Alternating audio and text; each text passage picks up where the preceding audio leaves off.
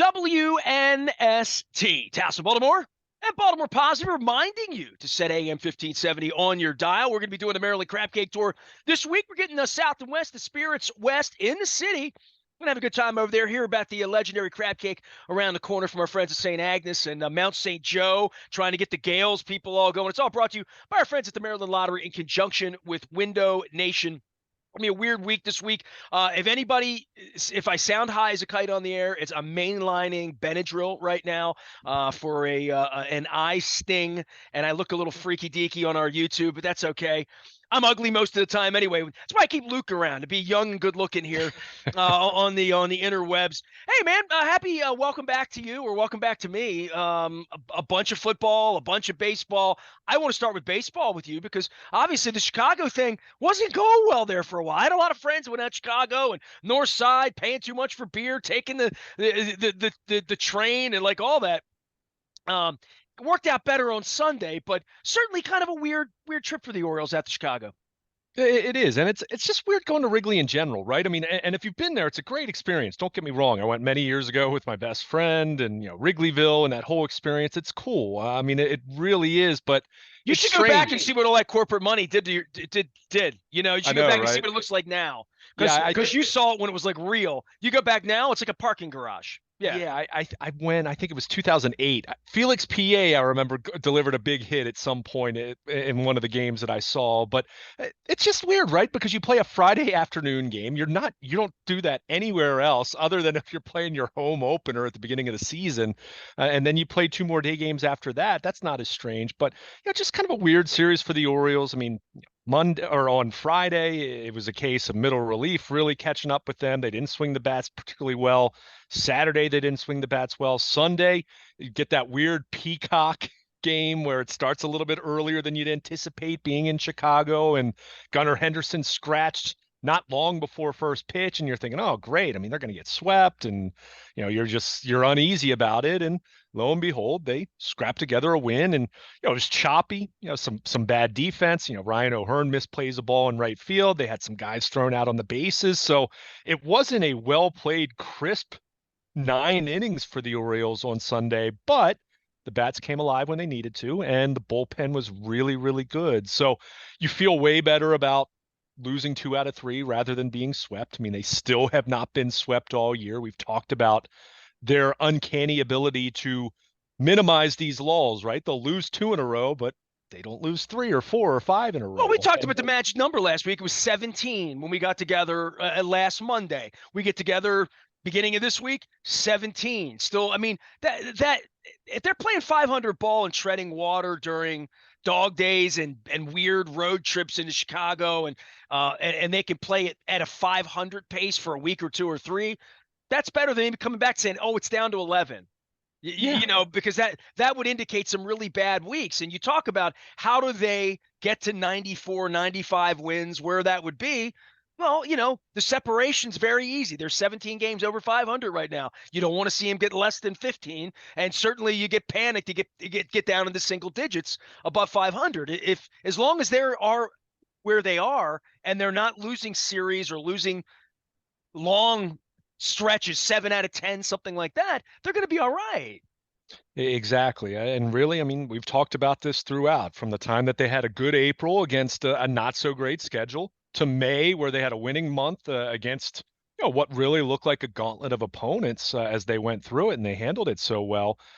They've given themselves some wiggle room, but you want to maintain that, right? I mean, you look at them right now, they can play roughly 500 ball the rest of the way and be a 90-win team. I mean, that's kind of where they are right now. I mean, and that's not to say that's what they should be shooting for. They should be aiming higher than that, but it speaks to the kind of position they're in. So yeah, Well, you're they in a played this position. trajectory for a year, right? I mean, they've played this kind of baseball for a year. So to say, like, if they took a month off and went 7-19, you know what I mean? Something really awful, it would be so out of character for this group at any point. And if that happens, then they stink and they blew it, and we'll make fun of them and talk about them like they're the 64 Phillies or, whatever. But I can't anticipate that without injury or without large slumps from young players. But I also feel like there's going to be a cavalry here at some point. For the first time, my vibe feels like Elias is going to add, not subtract to this team. This team will be in August as constructed for the roster, they'll be a better baseball team. I believe that.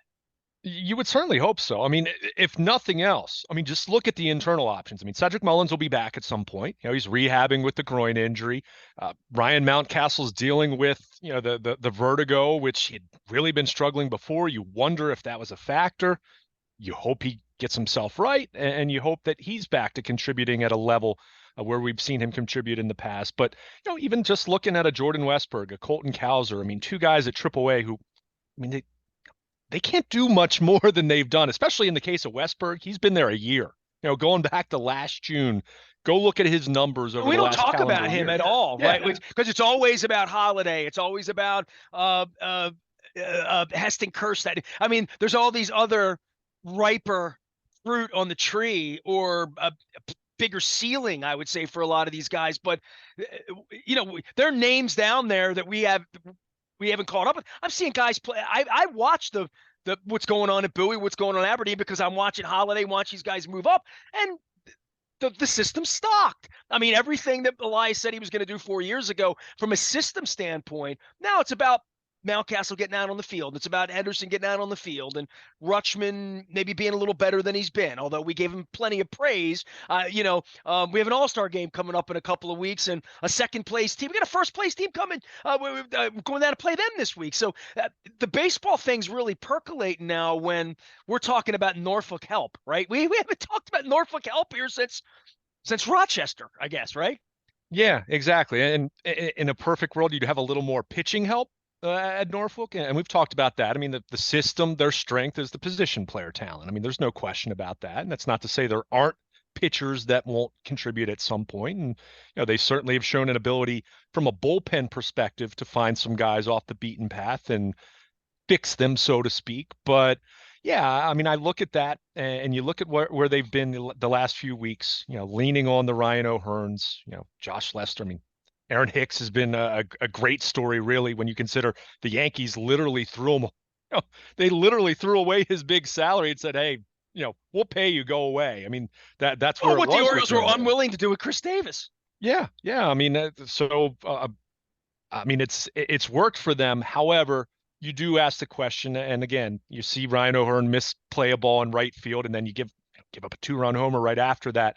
It's an example of, okay, it's great to have these quad A, or in the case of Hicks, a guy that's been cast off by another team that paid him to go away. It's been great to get those contributions. How long are you going to continue to get that? And at what point do you want to dip into AAA and bring up the kind of the next wave? And look, that's not to say Jordan Westbrook is going to come in and be better than their middle infield options that they've had to this point, or in the case of Cowser, that he's going to come in and automatically be one of their 3 best outfielders. But I think we are getting to that point where you look at that and you're just having that conversation. You're talking about it, right? And I think the key for them now, and we talked about this late last year with Kyle Stowers. We talked about it to a lesser extent with Gunnar Henderson, because I think it was, Gunnar was the number 1 prospect in baseball at that point. So, but the question you're asking that is way different now than it was even a year ago, let alone talking 2 or 3 years ago when they were so bad, is when you're making that promotion, is that guy better than the guy that I have starting there every night in the major leagues right now? And I think that's where Kyle Stowers ran into the problem, right? And he struggled in very limited playing time, but he struggled so immensely that you lack confidence putting him in the lineup. And look, there's always that middle ground of, if you play me more, I'll play better. And the manager says, well, if you play better, I'll play you more, right? I mean, well, then there was also the thing for 5 or 6 years here, didn't really matter, right, because you weren't winning, right? Right, that's my point. Sure. Now it's just a completely different thing here. Right, exactly. So you're trying to figure that out, and you look at that and say, okay, well, we love Colton Cowser, or we'll be talking about that with Heston Kjerstad, who's at AAA now and hitting home runs, and would not be shocked to see him in Baltimore before the season's out in some capacity. But that's the big question now. Before, it was a case of, all right, we're replacing a placeholder with at least a maybe kind of a prospect, if not better than that. Now it's a case of, well, we've got a bona fide second place team here that would be first place in just about any other division. I mean, look at how the AL East is separated right now.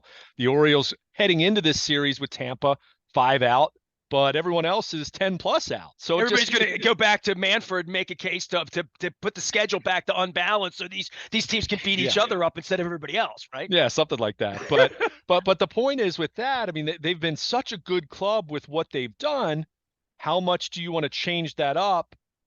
Obviously, you're trying to get better. Obviously, you want to be better. And we'll talk about that with the trade deadline, certainly as we get closer and closer to that and try to figure out who are the buyers and sellers around baseball. But in the case of the Orioles, I can also understand, I don't think, not trepidation, but I think there is some reluctance to not rock the boat too much and change things up too much because you are playing so well overall. So there is that balance there that they're trying to strike with the guys that they have, and especially talking about guys that might not have minor league options or guys that you're not going to have room for and you might have to move on from someone. You want to be really careful that if you're going to do something like that, then that Jordan Westberg or Colton Cowser or Heston Kjerstad later in the year, whoever it is, you want them to be upgrades, right? You don't want to be in a position where they struggle, as rookies often do, and then you're kind of stuck. So well, they're all watching Aaron Hicks play right now with $100 million in the bank, right? And what for better or worse, right? He's playing. They're on a bus in Norfolk. Their clock hasn't started. They haven't gotten their first week of major league pay, which changes your life, as I've heard Ryan Ripken speak about recently. For any of these guys, and Mullins is coming back anyway and going to sit in that seat. And then, you talked about guys just like Stout. I mean, I'm not sure Mullins belonged in the big leagues 2-3 years ago. Certainly they had him up. They sent him way down. He made his way back up, but he was one of those guys that in this place in time, he wouldn't make the team. He wouldn't be here. He wouldn't be given a chance. So there's where the Stoutons and these other guys are like, hey, at some point I got to get a chance again, even if you screw it up. But the pennant race is not the time for that. And we've never had young players coming up. And I say never, dude. Been doing this 31 years professionally here in front of everybody. I don't know that I've ever sat here on June 19th and talked about a log jam at AAA and a washed up retread playing every day because the injured 30-30 all-star outfielder is making his way back into a second place team.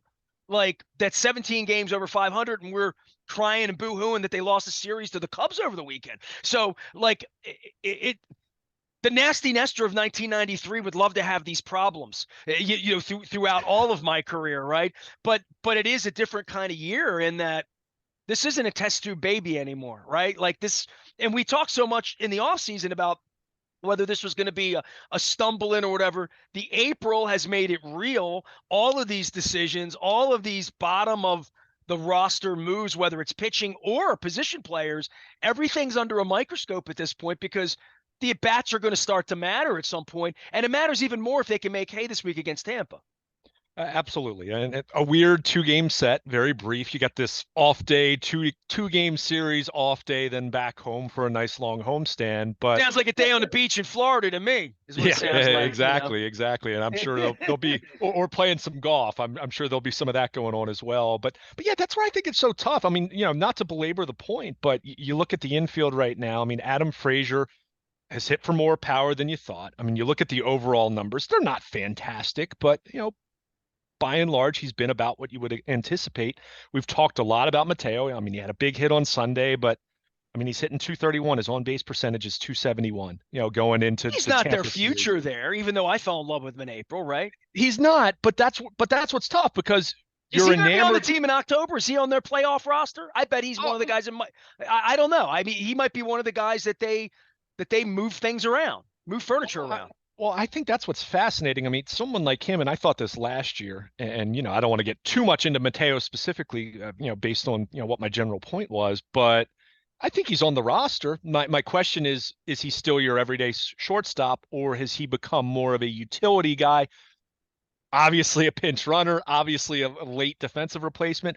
And I think that's what's been interesting to see here recently with Gunnar Henderson having the surge that he's had. We've seen him start a couple more games at shortstop, and for now it's been Arias at third base, and obviously he won the Gold Glove there last year, so you get that defense. But could it look later on this season? I don't know. Could it be Gunnar Henderson at shortstop and you have Westberg at third? I don't know. I mean, you have these different options. To me, that might sound like an October the 8th lineup. That sounds maybe a lot different than a June the 8th lineup. Well, and here's the perfect example. I mean, Manny Machado was called up in August in 2012, and no one was at this point in time in 2012. No one was talking about Machado playing shortstop. It was still J.J. Hardy, and Manny was at Double A, and you thought, okay, next year, but no one thought that. And at the time, the Orioles kind of thought, well, we've had a deficiency at third base. I think at the time Wilson Betemit or someone like that was their third baseman, and the idea was we don't know how Machado is going to hit as a 20-year-old in the big leagues, but we think he can defend at a high level, and he did that from day one. And obviously, he even hit as a 20-year-old at a respectable level. So, they're having those kind of conversations right now. Not that I mean, Jordan Westburg's not 20 years old. He's a average AAA guy from an age standpoint. So, uh, but you're asking all these questions because Mateo doesn't have minor league options. You don't have that flexibility with an Arias or with an Adam Frazier certainly. So you only have so much room. I mean, we've seen Joey Ortiz, who has defended really well at the big league level. Maybe not hitting at the level you'd expect yet, but he hasn't had a lot of experience. So you're trying to balance this because, as we always say, and we talked about this a lot with Grayson Rodriguez, just because someone might be ready for a promotion to the big leagues, that doesn't mean that their development, that they've graduated and they've learned everything there is to learn and they're not going to struggle. So that's where you're trying to balance this because, look, right now, if you're going to tell me who's more likely to be their long-term solution at shortstop, Jorge Mateo is not going to be at the top of the list. However, you also don't want to just assume that if you're going to call up and play Joey Ortiz there more, or you're going to move Gunnar there and play Westberg at third or play Westberg at second, that's you also just can't make the assumption that a young guy's not going to struggle, and at least initially being called up to the big leagues. So that's the And we difference. saw that with Rodriguez pretty quickly, right? We saw it with Gunnar Henderson. I mean, he got off to a hot start last year, struggled a little bit more late in the season, and we saw how he got off to a slow start this year. And since then, I mean, the last month, he's played at an all-star kind of level. That's how great he's been at the plate. So you always have to, that's part of it. And again, that's the difference. And you brought this up, and that was the point I was making, is the difference now is you even if some of these guys are imperfect, they're still doing good things for you and you're still winning with what you have. So yeah, you want to get better. And yes, I don't want to see this team be in a position where they stand pat at the trade deadline or anything like that. However, what's gotten them to this point, it's pretty good, right? I mean, 17 games over 500 at the end of this Cubs series. They're in great position. So, yeah, you want to get better. Yes, you don't want to be in a position where you get complacent or too satisfied with where you are. And yes, you have these guys at the AAA level that on paper look like upside, certainly an upgrade, but are they going to play at a high level right away? That's part of the unknown, and that's what you're trying to figure out. That's part of the math here that you're looking at and saying, okay, if I'm going to bring up Colton Cowser, maybe he becomes my everyday right fielder once Mullins is back, and using that assumption. Okay, what are you doing with Santander then? Are you putting him at first base, which we've seen him play some first base? And are you saying to Mountcastle, hey, you're not going to play every day if you have a 270 on base percentage like you have? These questions are more complicated. And look, I want to see the young guys too, because I think the young guys are still, that's the future. That's still the upside to me, that we're talking about this team, not just in, hey, they've got a great chance to make the playoffs, but hey, this is a team that could play deep into October and win a World Series at some point in the next few years. So, you're making short-term decisions, but you also are always keeping the long-term in mind. That's still part of this. And yeah, the thing that we haven't even mentioned when we're talking about a Cowser, talking about a Westberg, or talking about anyone that's on the major league roster right now is trade deadline.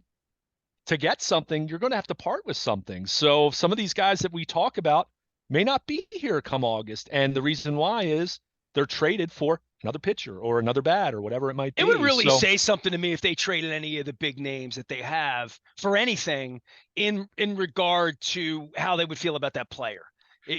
Whether it's Cowser, Holiday, name any of these, Kerstad, Westbrook, any of these young guys, if they deal them away, it speaks more about how they felt about that player. yeah. Or And I think what's also interesting though is, do you And not that this is going to be the centerpiece of a trade, but and you know how this works in terms of salaries. I mean, all teams do it as far as what payroll is going to look like, what's coming in, what's going out, all of those questions. Is there someone that's been part of the major league team for a while that gets moved as part of a deal? I've mentioned him. Look, Ryan Mountcastle, the way that he's profiling, and I don't want to pile on the guy because, he's had vertigo and I don't know how long maybe that was affecting him, but it's been a rough year for him. The home runs and RBIs look okay, right? But you start to dig deeper, he's kind of profiled like Tony Bautista, and that's not a compliment because I compared him to Dave Kingman at one point, so yes. But he doesn't draw any walks, so it's so tough if he's not going to rake and be on fire, just hitting for power. It's really tough. Unlike Mateo, who, yeah, you lament his lack of on base, but he gives you great defense. He gives you speed, right? Mountcastle doesn't give you those same elements. So I'm just spitballing here. Again, this is just one example of what I was trying to talk about. I wouldn't be shocked if you make a move for a starting pitcher and you're trying to balance out payroll, salary, whatever it might be. Could Ryan Mountcastle be included in a deal along with two other prospects, let's say, and you get a starting pitcher? I don't know. Again, it's just me thinking out loud. I said Mateo just because they hit their head with him, right? That when they have these positions where they have somebody coming, right?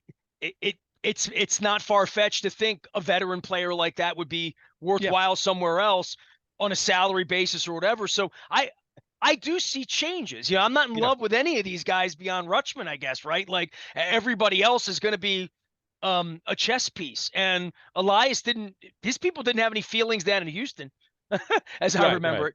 Well, I'd include Gunnar Henderson there too. I mean, 21 and you're seeing what he's starting to do. And I mean, obviously down below, Jackson Holliday is the one guy where I say no. I mean, when you see what he's doing as a 19-year-old at high A, I'm not trading that guy. I mean, I don't know what you could possibly get that you're moving that guy. I mean, that's just reality. But the point is, and I'm in agreement with you, it's going to be fascinating to see how this plays out between now and in the coming weeks. Mullins will be back at some point. I mean, he's progressing. They're not putting a timetable on it yet. My gut tells me it's probably going to be closer to the All-Star break around then, which isn't that far away at this point. You want to be careful with him, especially that you've been able to hold down the fort with Aaron Hicks and leading off with Austin Hayes or Gunnar Henderson and doing some different things that way. And it's been able to work out for the most part. But it's going to be fascinating to see what happens with this team. I mean, we haven't even, you mentioned him in passing, but, Grayson Rodriguez at some point is going to be back up here. I mean, he's pitching well at AAA and stays healthy. What's going to happen with DL Hall? That's been a weird scenario as far as trying to, he had the offseason back issue and they're just trying to build up his strength and they sent him to Sarasota and, doesn't sound like an injury situation, but how's that going to evolve? Is he, for me, it feels like at least this year, his best chance to contribute is probably going to be in a relief role later in the season. And look, he's got the kind of arm that he could be another weapon for you that you're deploying besides just leaning on Felix Bautista and Yennier Cano. So, that's the bullpen's an area where we've seen middle relief, and that really, that was creeping up on Friday big time. They absolutely could add to their bullpen, and that would really benefit, just to give them a little more depth. And, you're hoping Dylan Tate comes back and you're hoping Michael Givens comes back, a much better version than what we saw. But, what's the Means update?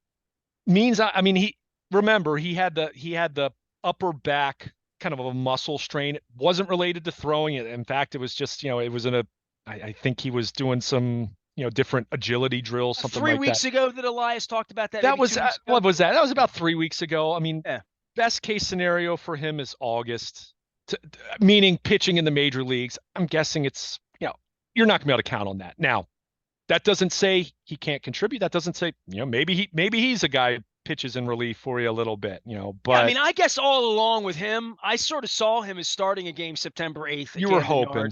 Yeah, I sort of felt like they didn't need him in June or July. I didn't think about him, but now that we're in June and July, I'm starting to think, is it coming or is it not going to happen by October? And I think it's too soon to say that. I don't want to dismiss that because I mean, John Means has been around, whether he's rehabbing away from the ballpark or, times where he'll come in for a series or two. I mean, he's working hard and keep in mind, he had Tommy John surgery last April.